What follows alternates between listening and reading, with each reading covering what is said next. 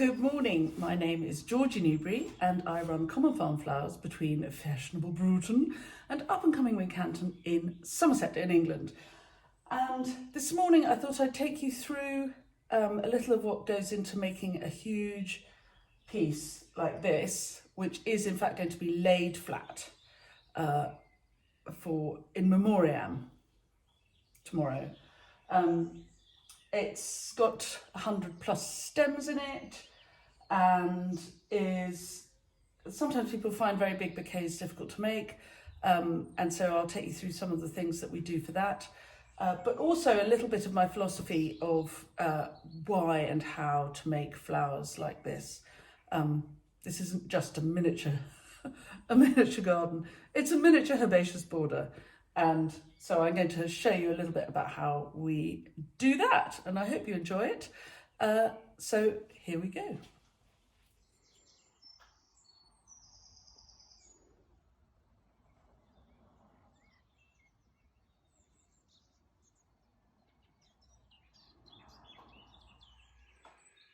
And for a big sheaf like this, I make it in 3 parts. So here's the first part, put together, and I still have a fair bit of ingredients to make parts 2 and 3. But this way, for a no floral foam piece, which can lay flat, you'll end up with 3 bouquets, which you can then split and give to people if you wanted to, which I think is worth it. If you want to, I'll tell you the ingredients. There's quite a lot. Right, red peonies, obviously, allium, purple sensation, purple sweet rocket, that coral charm peony in the background. These are bright orange poppy heads, which I'm hoping will pop just at the opportune moment. Wild daisies, Chinese forget-me-not, larkspur, it's this white spike here. Very nice stripy grass, which is a bully in a garden. It's a terrible thug, but I've had it in the same patch for some years now, and just this time of year, it's really useful for a bit of a flourish. Obviously, buttercups. It's the best year for buttercups I've ever seen. This pink person here, who looks like a pink Gypsophila Covent Garden, is Vaccaria hispanica. In the background there, Ami majus. Very keen on this tall pink annual mallow levatera. It's a tree mallow. I have lots of those in pinks and whites and different colours. I think that's it from this mix. Do you want to know what the rest is? I think I've covered it, but I'll just check in the buckets. I try and put a little bit of everything. Oh, sweet peas, of course. Not very many, but there's the first handful. They're coming. Oh, and here, this leaf is Physocarpus Diablo, and I'm also using as a base, if I can find them, cardoon leaves, which here, here's the cardoon. It's a giant thistle. It's like a artichoke, but it gives some weight and something to lie everything down on. There you are. I'll carry on and make some more. So this is the second part of the 3, and you can see they're going to be laid flat. So it's really important that you can see what's happening at the end and on the sides. And it's really important there's plenty to look at. So that's how I make them. And they're going to be 3 tied together. So the first one I've made, which I've just shown you, is taller. And then the second one is shorter and slightly fatter. And the third one will be fatter and shorter still. And that'll give a sweep of really heavy interest in this lovely piece I'm making. I must say I'm enjoying it. I didn't mention before, sorrel, amazing. Look at the life in that, and that little bit of rust is very good. Phacelia for the bees, but also a really lovely sort of almost lilac blue there. And I think that was it. Anyway, I'm sure there's something I've forgotten. I always do. Let's carry on. So here are parts 1 and 2 together, and it's beginning to have some height and some light to it. Just show you, I will lay it down for you, but you can see that's the sort of thing you're going to see from one side. And I haven't made the other side yet, but it's coming along. Yeah, here we go. So I just thought I'd make some and you could watch the process. You have to think. It's just a thoughtful process. You take your time. There's no rush. I'm grateful that it's a Sunday morning and that the phone isn't ringing, and it's a very calm time to make this piece. So this side is the side that's going to show.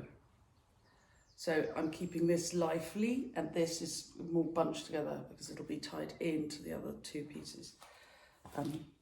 You get used. It doesn't make sense. And no, there is not a particularly. You can't do this by recipe, really. You can't do it by rules. This is very much something that you can only really do slowly and by eye, and it helps if you have a strong. My left hand is extremely strong because these are rather top heavy, and they pull down all the time, and you spend quite a lot of time standing there looking at it while you decide whether you think it's right or not. But look at that sorrel. It's just fantastic. I love the sorrel. And these wonderful peonies are incredibly heavy as well, and they're just out, which is great, because obviously a piece like this doesn't need to last and last for days and days. What it needs to do is look incredible. Tomorrow, in fact, is the occasion.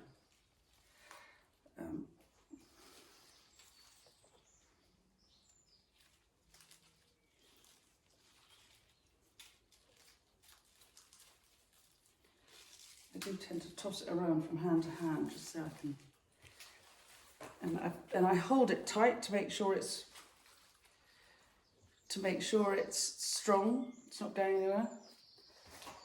This sweet rocket, the purple, will smell absolutely delicious. And there are sweet peas. Oh yeah, I knew I had missed something. There are very few sweet peas, but just a few. It's not a wedding. And the dark rust of the Physocarpus is so good in there. It's just, look at that. It's not what you want, I think. You know, when I've got time and it's a big enough commission and I'm not rushing and I'm not just trying to get everything out, then it is really, really nice to really make. This is like the point of this is it should look like a sort of miniature herbaceous border. I'm always saying I make miniature gardens, and that's true, I do make miniature gardens, but for a piece like this, it's a rather grand garden. So it's a herbaceous border rather than a cosy cottage bed. Now look, I've got a hole here, so I'm going to have to fill it with something.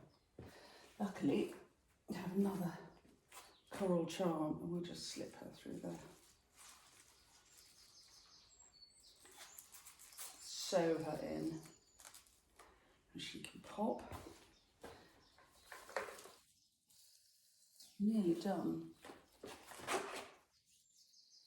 I think this tree mallow is fab, isn't it? I've been growing it for years, and it's really works hard for its living. And the larkspur, I've never had lark. It's weird, such a weird year, because we had this cold spring, and so I don't normally get larkspur flowering so early. Although it's probably not early, it's probably its normal time, but it feels, because of everything else that's flowering with it, it feels as though it's early.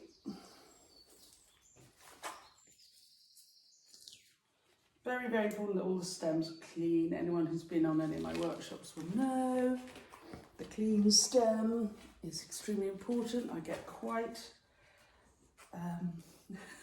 demanding about the clean stem situation. Right, I think that's pretty much done. So that's the third part of this big piece.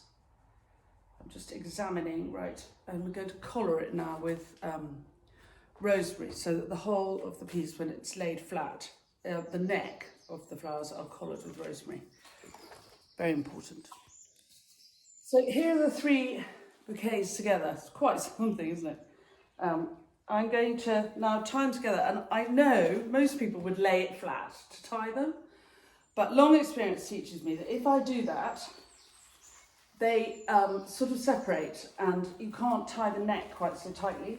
So I'm going to slightly risk I have got plenty of raffia to hand so that I can make sure I'm really tying it tight, because it's got to look like one bouquet. It's got to look as though it's, when it's laid flat, it's got to look as though it is all coming from the same source. So if I tie it up like this, then I can. This is where it really helps if you've got quite strong hands, quite strong arms, and possibly quite strong back, knees, hips, and the rest, because it weighs a pretty ton. But there we are. That's not going anywhere, and there we are.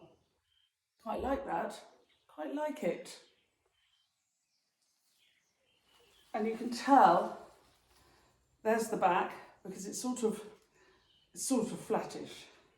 Also, there's a knot, it shows you. But equally, if I lay it forward, then I can see that there's a collar of rosemary at the front, which finishes it off nicely.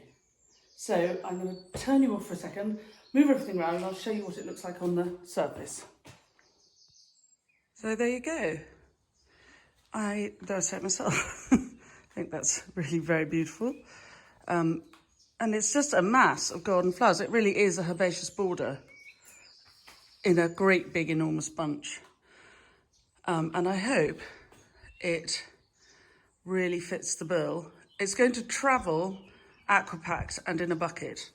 So it's it's a rather inglorious way to get to its final destination. But one has to deliver these things carefully, and that is how we'll do it. Anyway, I'm quite pleased with that. Thank you very much for the commission.